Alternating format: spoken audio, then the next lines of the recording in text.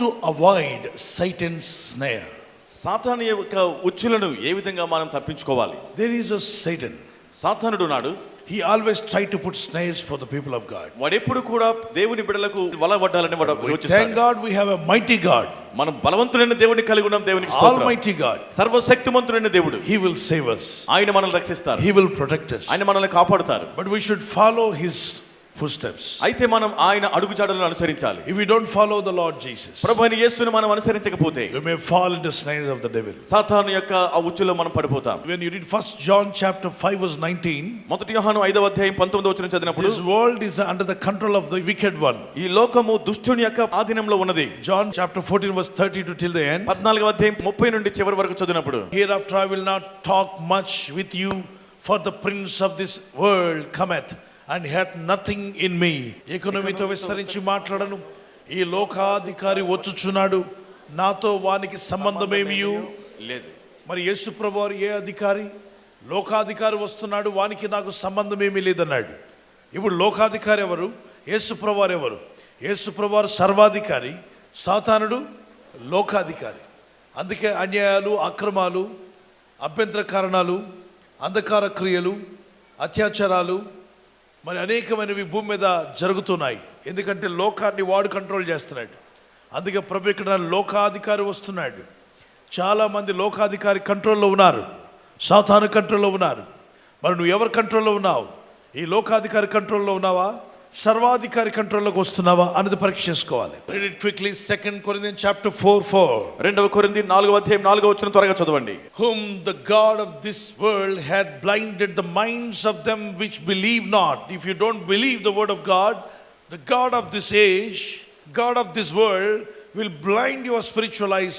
You will not understand who is real God, where you should go, how to cleanse your sins, how to prepare to heaven. You will not know all these things because he blinds your eyes. అవిశ్వాసులైన వారికి అనగా దేవుని వాక్యాన్ని నమ్మకపోతే, అవిశ్వాసంతో ఉన్నట్లయితే ఈ యుగ సంబంధమైన దేవత అవిశ్వాసులైన నేత్రాలకు గుడ్డితనం కలిగించడం ద్వారా దేవుడు అంటే ఎవరు, ఎక్కడికి వెళ్ళి రక్షణ పొందాలి, ఏది కూడా నీకు అర్థం కాదు. God of this world అన్నాడు. It's not a God of the creator. ఈ సృష్టికు దేవుడు అని అక్కడ లేదు కానీ, but there is a God. People are calling him as God in this world. ఈ యుగము సంబంధం లేక ఈ లోకములో ఉన్నటువంటి వాడు దేవుడు అని పిలువబడే, దేవతగా పిలువబడే వ్యక్తి ఉన్నాడు. He is also controlling something. వాడు కూడా కొన్నిటిని అదుపులో పెట్టుకున్నాడు. Some people are being controlled by him. కొందరు వారి చేత నియంత్రింపబడుతున్నారు. So this devil has a trick, cunningness to take humanity to hellfire. ఈ సాతానుడి యొక్క తలంపు కుట్ర ఏమిటనగా మానవులందరినీ నరకానికి అగ్నిలో తీసుకెళ్ళాలనుకుంటున్నాడు. We children of God, we should avoiding Satan's snare. అయితే దేవుని బిడ్డలమైన మనము సాతాను ఉచ్చును మనం తప్పించుకోవాలి. Don't stray. నీవు భయపడిపోవద్దు. Don't stuck.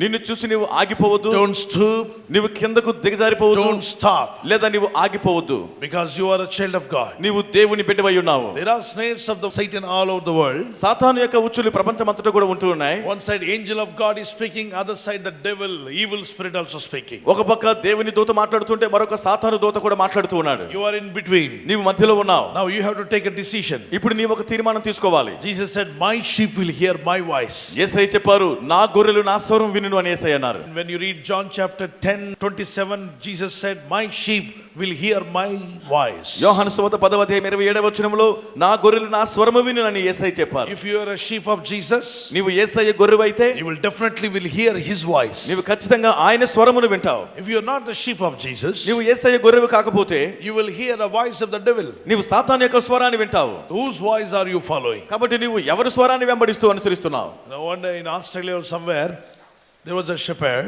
ఒకదిన ఆస్ట్రేలియాలోనో ఒక ప్రాంతంలో ఒక కాపరి ఉన్నాడు. When he calls, sheep are coming. మరి అతడు పిలిచినప్పుడు ఆ గొర్రెలు వస్తూ ఉన్నాయి. But many college students, they try to call sheep, but sheep is not listening to them. చాలా మంది కాలేజ్ చదువుకునే వారు కూడా గొర్రెలను పిలవాలనుకున్నారు, కానీ వారు పిలిచినా సరే ఏ గొర్రె కూడా వారి మాట వినలేదు. They imitated the shepherd, how he calls sheep.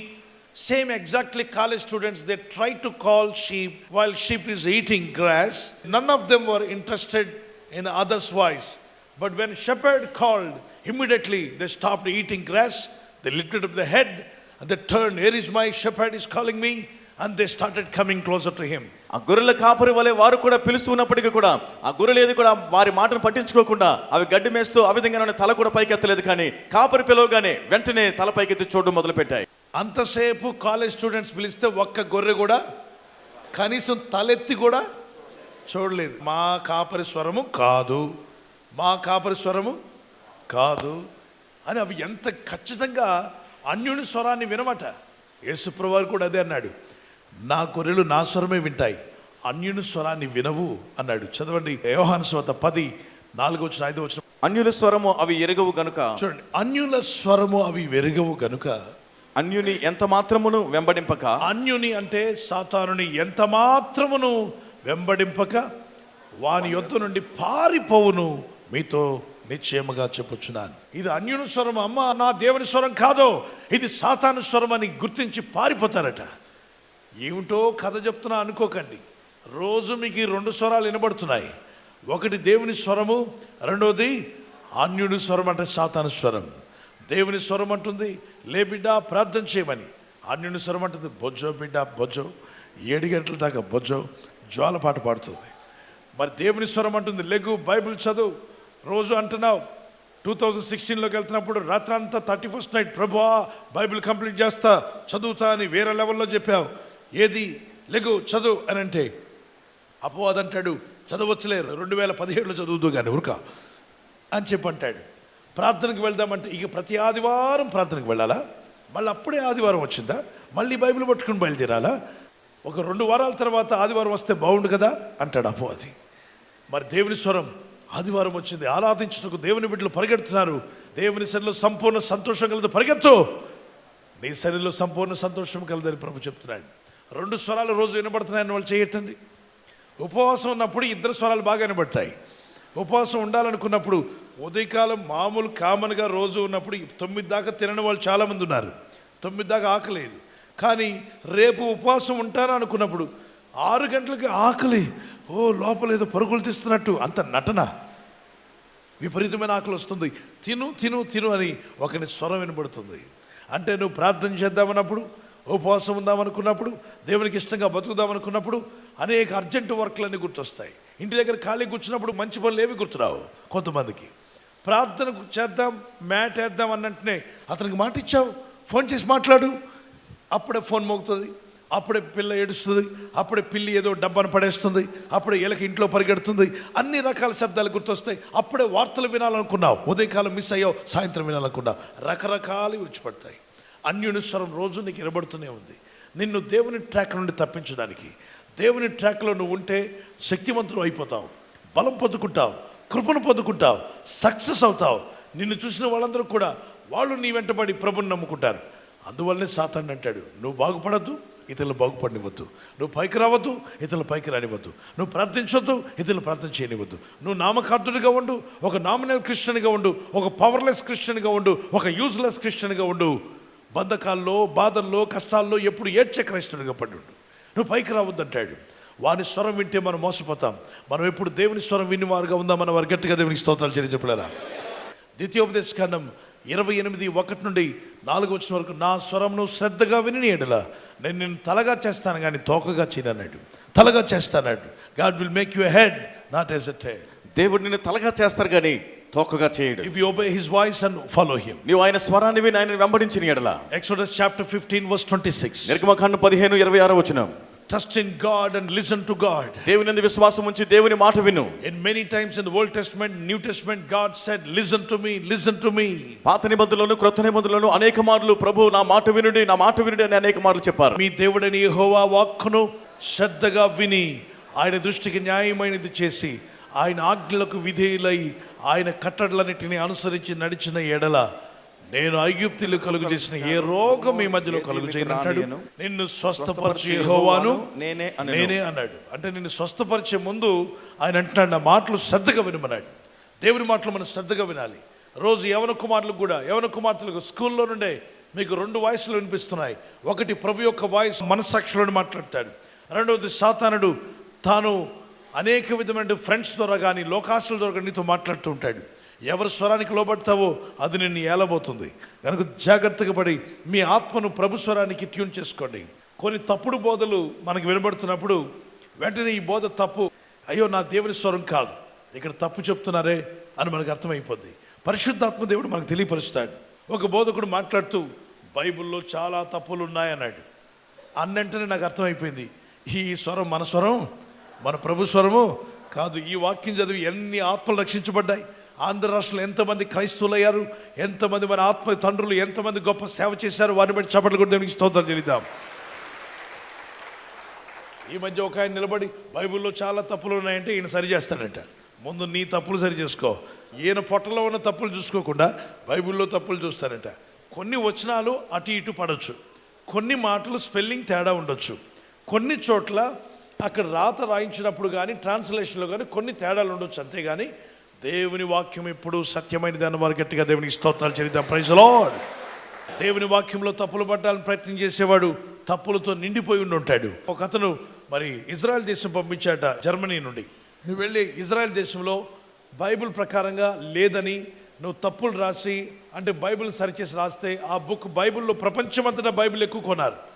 600-700 కోట్ల మంది చేతుల్లో బైబిల్ వెళ్ళిపోతుంది. కాబట్టి ఎక్కువగా అమ్మబడిన బుక్ బైబిల్.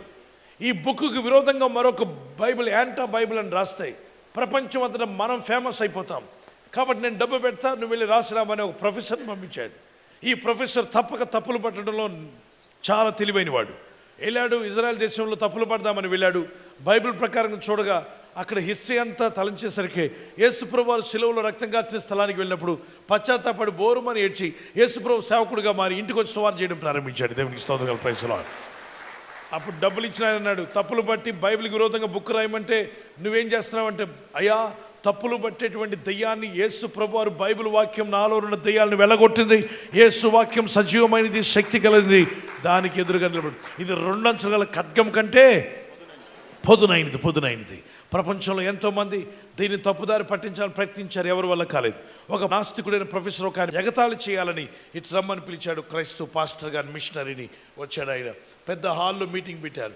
పెట్టి అనేక పుస్తక బండారాలను పెట్టాడు. పెద్ద టేబుల్ మీద అనేక బుక్స్ పెట్టి, ఏమయ్యా నీ బైబిల్ ఏదో గొప్ప బైబిల్ అంటున్నావు, నీ బైబిల్ ఏదో పెద్ద తెలివైన బైబిల్ అంటున్నావు, చూడు బైబిల్ తర్వాత వచ్చిన పుస్తకాలు వీళ్ళంతా చదువుతున్నారు, మీరు బైబిల్ చదవట్లేదు, బైబిల్ ఇదిగోండి ఈ మధ్యలో పడేస్తుంది, ఈ బైబిల్ అంత విలువైందేమి కాదు అన్నప్పుడు సైలెంట్గా అందరూ చూస్తున్నారు ఏం చెప్తాడని. మిషనరీ మైక్ తీసుకున్నాడు, సార్ మా బైబిల్ మా దేవుని జీవగ్రంథం అన్ని బుక్స్ మధ్యలో ఉంది అంటే ప్రపంచంలో ప్రతి బుక్ కూడా మా బైబిల్లో నుండి కాపీ కొట్టినోళ్లే, కాబట్టి బైబిలే ఆధారం అన్నిటికని తెలుసు. అప్పుడు వెంటనే అతను కోపం వచ్చి బైబిల్ త్వరగా పక్కకి తీసి కుడివైపున పెట్టాడు పుస్తకాల్లో. చూసారా, కుడి భుజం లాంటిది మా దేవుని బైబిల్ అన్నాడట. అతనికి అర్థం కాక వెంటనే బైబిల్ తీసి కింద పెట్టాడట, అన్ని బుక్స్ కింద. చూసారా, పునాది లాంటిది నా దేవుని వాక్యం, నా బైబిల్ లేకపోతే ఏముండదని. ఇక అతనికి ఎక్కడ పెట్టాలో తిరిగి బైబిల్ పీకి పైన పెట్టాడంట. అన్నిటికంటే పైకి తెచ్చేది నా బైబిల్ హెడ్, అందుకే టాప్లో ఉందని చెప్పన్నాడు. నీవు పాజిటివ్గా ఆలోచన చేయాలి, నీ దేవుడు నీతో ఉంటాడని నమ్మాలి, నీ జీవం గల దేవుడు నేను దీవిస్తానని చెప్పి నమ్మాలి. Praise the lord. God will bless you because the living word has power. The word of God has power. It's sharper than double-edged sword. Bible says Hebrews chapter 4 verse 12. Shall we all read it? Hebrews chapter 4 verse 12. దేవుని వాక్యము సజీవము గలదై రెండంచుల గల ఎటువంటి ఖడ్గము కంటే పదునైనదని Hebrew 4:12 వాక్యం Come on, read సెలవిస్తుంది. it everyone. For the word of God is quick and powerful and sharper than any two-edged sword. ఎందుకనగా దేవుని వాక్యము సజీవమై బలము గలదై 2 అంచులు గల ఎటువంటి ఖడ్గము కంటేను వాడిగా ఉండి ప్రాణాత్మలను కీళ్లను మూలుగును విభజించినంత మట్టుకు దూరుచు హృదయం యొక్క తలంపులను ఆలోచనలను శోధించుచున్నది. అంటే హృదయాన్ని, తలంపులను, ఆలోచనలను, కీళ్లను, ప్రాణాన్ని, మూలుగను అన్నిటినీ తాకగల శక్తివంతమైంది ఏంటి? దేవుని వాక్యం. ఈ దేవుని వాక్యం వినడం వల్ల నీ మూలుగకు సత్తువ, నీ ఎముకలకు సత్తువ, నీ కీళ్లకు మేలు, నీ శరీరం అంతటిని కూడా సరిచేయగల శక్తివంతమైన దేవుని వాక్యం మనకి ఇచ్చినందుకు మరొకసారి దేవునికి స్తోత్రం చెల్లిద్దాం. So listen to God's voice. దేవుని స్వరాన్ని వినాలి, అన్యుల స్వరం వినొద్దు. 2 వైపులా 2 శక్తులు నీతో మాట్లాడుతున్నారు. ఒకటి దేవుని యొక్క వాక్యము, పరిశుద్ధాత్ముడు సరిగా ఉండమని, బాగా చదువుకోమని, బుద్ధి కలిగి జీవించమని. అటువైపు అపవాది ఫ్రెండ్స్తో తిరిగి లోకంలోకి వెళ్ళు, తాగు, తిరుగు, డాన్స్ వేయి, రకరకాలుగా చెప్పి మనుషులు మోసం చేస్తుంటాడు. God said after marriage you can dance. దేవుడు అంటున్నాడు పెళ్లి చేసుకున్న తర్వాత మీరు dance But the devil says before marriage come on dance. సాతానుడు ఏమంటాడంటే పెళ్లికి ముందే మీరు డాన్స్ చేయండి అంటాడు. See, behind the screen devil is there. చూడండి, ఆ తెర వెనకాతల సాతానుడు ఉన్నాడు. ఓ వీళ్ళందరూ కూడా ఇక వాక్యాన్ని మర్చి ఒకటే డాన్స్, జీవితం అంటే డాన్స్ అనుకుంటున్నారు. డాన్స్ కాదు, అలా అనుకుంటే మోసపోతావు. డాన్స్ కొన్నాళ్ళే, ఆ డాన్స్ తర్వాత మరొక డాన్స్ ఉంటుంది. ఎక్కడ? కాబట్టి ఆ డ్యాన్స్లోకి వెళ్ళే ముందు నువ్వు ముందే ఈ డ్యాన్స్ ఆపి భక్తి కలిగి జీవించు. పెళ్ళైన తర్వాత డ్యాన్స్ వేస్తారో కలిసి నడుస్తారో ఏం చేస్తారో. అందుకే యవన కుమారులకు 25 సంవత్సరాల దాకా డ్యాన్స్ వద్దు, చదువుకోండి, బాగా చదువుకుని మీ కాళ్ళ మీద పైకి రావడానికి ప్రయత్నించేయండి. యవన కుమార్తెలు మీరు 22, 23 సంవత్సరాల దాకా డ్యాన్స్ వద్దు, బాగా చదువుకో, ఉద్యోగం సంపాదించు, గొప్పదాని బాబు, ఇంటికి మేలు, నీ జీవితం నీ కాళ్ళ మీద నిలబడిన తర్వాత అప్పుడు వివాహం అవుతుంది. అప్పుడు మీ ఇద్దరు ఒకే బైక్ మీద వెళ్ళినా నో ప్రాబ్లం, కారులో వెళ్ళినా నో ప్రాబ్లం, బీచ్ ఒడ్డున కూర్చున్నా no problem. What God said is true, but don't go after the devil. దేవుడు ఏదైతే చెప్తాడో అదే సత్యం. సాతాను యొక్క మాటలు వెంబడించవద్దు. Devil says, come on, dance, come on, go here, don't go to college, don't read this, don't do that, but you can enjoy this world. But devil, one day it will deceive you. సాతానుడు అంటాడు, మీరు ఈ విధంగా తిరగండి, ఈ విధంగా dance చేయండి, ఈ విధంగా మీరు చదువుకోవద్దు, ఆనందించండి, లోకంలో తిరగండి అంటాడు. ఒక దినాన్ని నిన్ను మోసం He చేస్తాడు. says your identification is more important than your studies. నీ చదువుల కంటే నీకు గుర్తింపు పొందడం ప్రాముఖ్యం You అంటాడు. should be more attractive. నీవు ఆకర్షణీయంగా ఉండాలి, You should be more beauty. నీవు అందంగా కనబడాలి, Beauty conscience. నీకు అందమే నీకు ఇది. Meanwhile, you are losing your time to study. ఈ మధ్యలో నీకు చదువుకునే సమయాన్ని పోగొట్టుకుంటున్నావు. And some young people, he will give you, if you smoke only, you are a man. కొంతమందికి నువ్వు సిగరెట్ తాగితేనే నువ్వు మగాడివి అంటారు. But some people say, if your beauty look attractive, then only you are a woman. కొంతమంది నువ్వు అందంగా ఆకర్షణీయంగా కనబడితేనే నువ్వు అమ్మాయి అన్నట్లుగా అంటారు. Is the voice of devil or voice of God? అలా మాట్లాడుతుంటే అది సాతాను స్వరమా దేవుని స్వరమా? Tell me. చెప్పండి. Whose voice is this? అది ఎవరి స్వరం? ఎవరి స్వరము? సాతాను స్వరం. సామెత 15:24 వచనంలో భూమి కింద అగ్నిగుండం ఉందట. అగ్నిపర్వతాలు పగిలినప్పుడు లావా గంధకాలు అక్కడ నుండే వస్తున్నాయి. మరి అవి భూమి కింద ఉన్నాయని ప్రభు చెప్పాడు. యోబు గ్రంథం 28:4లో భూమి కింద అగ్ని గుండం ఉందన్నాడు. అగ్ని మండుతుందన్నాడు. భూమి మీద పైర్లు పండుతాయి, పచ్చని చెట్లు ఉంటాయి, కానీ భూమి కింద ఏముందో తెలుసా అంటాడు. ఏముంది అంటే అగ్ని మండుచుంది అంటాడు. భూమి తన చుట్టూ తను తిరుగుతుందంటే భూమిలో మంట ఉంటేనే తిరుగుతుంది. ఇంజన్, ఒక బస్సు పరిగెడుతుందంటే బస్ ఇంజన్లో మంట ఉంది. ఒక బైక్ పరిగెడుతుందంటే దాని ఇంజన్లో ఫైర్ ఉంది. అందుకే పెట్రోల్ డీజిల్తో ఫైర్ ఇగ్నైట్ చేస్తున్నాం. అలాగే కారు పరిగెడుతుందంటే దాని ఇంజన్లో ఫైర్ ఉంది. కారు ఆగి ఉందంటే అది కదలట్లేదు. పార్క్డ్ కార్ అంటే దానిలో ఫైర్ లేదు. పార్క్డ్ ట్రైన్లో ఫైర్ లేదు. పార్క్డ్ ఫ్లైట్లో ఫైర్ లేదు. కానీ anything it is moving and flying, there is fire. ఇప్పుడు ఎర్త్ తన చుట్టూ తను రొటేట్ అవుతుందంటే there is fire down. So God doesn't want anybody reaching hell, but God wants all of us to go to heaven. ఏ ఒక్కరు నరకానికి చేరుకోవడానికి దేవునికి ఇష్టం లేదు. ప్రతి ఒక్కరు పరలోకం చేరాలని కోరుతున్నారు. One day people will cry out, those who are left behind, ayo, why I live like this, forgive me God. So at least now, before you are left behind, you just repent and turn to God and come back to God. ఒక దినాన విడవబడిన వారందరూ ఎందుకు నేను అటువంటి జీవితాన్ని జీవించనని కన్నీరు కారుస్తారు కనుక విడవబడక మునుపే మారు మనసు పొంది దేవుని వద్దకు రావడం మంచిది. Avoiding Satan's snare. సాతాను యొక్క ఉరిని ఉచ్చును మనం తప్పించుకోవాలి. Satan will say, you will never come up, you will never have development, you will never have success, you will never have a good life. But God says, my son, my daughter, don't believe Satan. Come after me. I'll give you a good future. I'll bless you. I will provide all your needs. I'll make you prosper. I'll give you success. I will be with you. I will not leave you nor forsake you. నేను నిన్ను విడువను, ఎడబాయను. నేను నిన్ను ఆదరిస్తాను, నేను నిన్ను ఓదారుస్తాను, నీ పాపాలు క్షమిస్తాను, నీ అలవాట్లు మాన్పిస్తాను, నీ జీవితాన్ని పైకి తీసుకొస్తాను, ఇంతవరకు నీ గత జీవితాన్ని కొట్టివేస్తాను, నీకు నూతన బ్రతుకునిస్తాను, నూతన హృదయాన్ని, నూతన మనసును, నూతన భవిష్యత్తు నీకు ఇస్తా అంటున్నాడు. ఇది దేవుని స్వరం అని నమ్మితే చేతుల పైకి దేవునికి స్తోత్రాలు చెల్లించు. నువ్వు పైకి రావు, నువ్వు పాడైపోతావు, నీ అప్పులు తీరవు, నీ బ్రతుకింతే, నువ్వు బంధకాల్లో ఉంటే వచ్చిన రోగం పోదు అని నీ కృంగదీసే స్వరము సాతాను స్వరము. అలాగే దేవుని స్వరం అయితే నేను నిలబెట్టే స్వరం. నువ్వు దేవుని గురువైతే ఆయన స్వరాన్ని వింటావు. ఈ రోజు నుండి ప్రేమించిన యేసు స్వరం విని నడుచుకుంటాను. వారి చేతిని పైకెత్తండి. అపవాది స్వరంలో విని మోసపోవద్దు, వలలో పడద్దు. యవన బిడ్డ, యవన కుమారుడు, ఇప్పటికే నువ్వు మోసపోయి ఉంటే డాడీ నన్ను క్షమించమని అడిగితే ప్రభు క్షమిస్తాడు. గుండె మీద ఒక చేపెట్టుకో, ప్రభు నీ స్వరం విని నడవాలనుకుంటున్నాను అని యేసయ్యతో గట్టిగా చెప్పు. స్వరం ఎత్తి ఒక చేతిని ప్రభు అయిపెట్టు. డాడీ నీ ప్రేమ శాశ్వతమైనది, నీ స్వరము నన్ను సరిగా నడిపిస్తుంది. అన్యున స్వరము, సాతాను స్వరము, లోక స్వరము నాకు వద్దు ప్రభు. అయినా ఈ లోక స్నేహాలు నిలిచేవి కావు. నీ ప్రేమ శాశ్వతం ఉండేటువంటిది. నీ ప్రేమ నాకు కావాలి యేసయ్యా, నీ కృప నాకు కావాలి ప్రభు, నీ సహాయం నాకు కావాలి. Lord bless your people. అడుగుతున్నాం Heal తండ్రి. your people and do miracles and wonders for your people. నీ ప్రజలను స్వస్థపరచండి, నీ ప్రజల జీవితాల్లో అద్భుతాలు ఆశ్చర్యాలు జరిగించండి. Wash them with your holy blood. మీ పరిశుద్ధమైన రక్తంతో వారిని కడగండి Give them ప్రభువా. success and prosperity for your glory. నీ మహిమార్థమై గొప్ప జయము అభివృద్ధి వారికి In దయచేయండి. the job, in the business, in the financially, in the spiritually, let them grow and let them have breakthrough in Jesus' name. వారి ఉద్యోగంలోను, వ్యాపారంలోను, ఆర్థిక విషయాల్లో, ఆత్మీయంగా అన్ని విషయాల్లో కూడా వారి వర్ధిల్లడానికి సహాయం చేసి నామని మహిమార్థమే వారిని Use ఆశీర్వదించండి. them and bless them, Lord my God. ప్రభువా, వారిని వాడుకొని ఆశీర్వదించమని అడుగుతున్నాం తండ్రి. Give them success in their exams. పరీక్షల్లో వారికి జయము దయచేయమని అడుగుతున్నాం. And Lord, touch all elders and strengthen them. ప్రభువా, పెద్దలను కూడా మీరు బలపరచమని అడుగుతున్నాం. Use them, Jesus. యేసయ్య వారిని వాడుకునండి. సమస్త మహిమ ఘనత ప్రభావం మీరే పొందుకొని నామాన్ని హెచ్చించుకోమని యేసుక్రీస్తు నామములో అడుగుచున్నాను నా పరలోకపు తండ్రి. ఆమేన్. ఘనత మహిమ ప్రభావం యేసు పరిశుద్ధ నామమునకే చెల్లును గాక. హల్లెలూయా.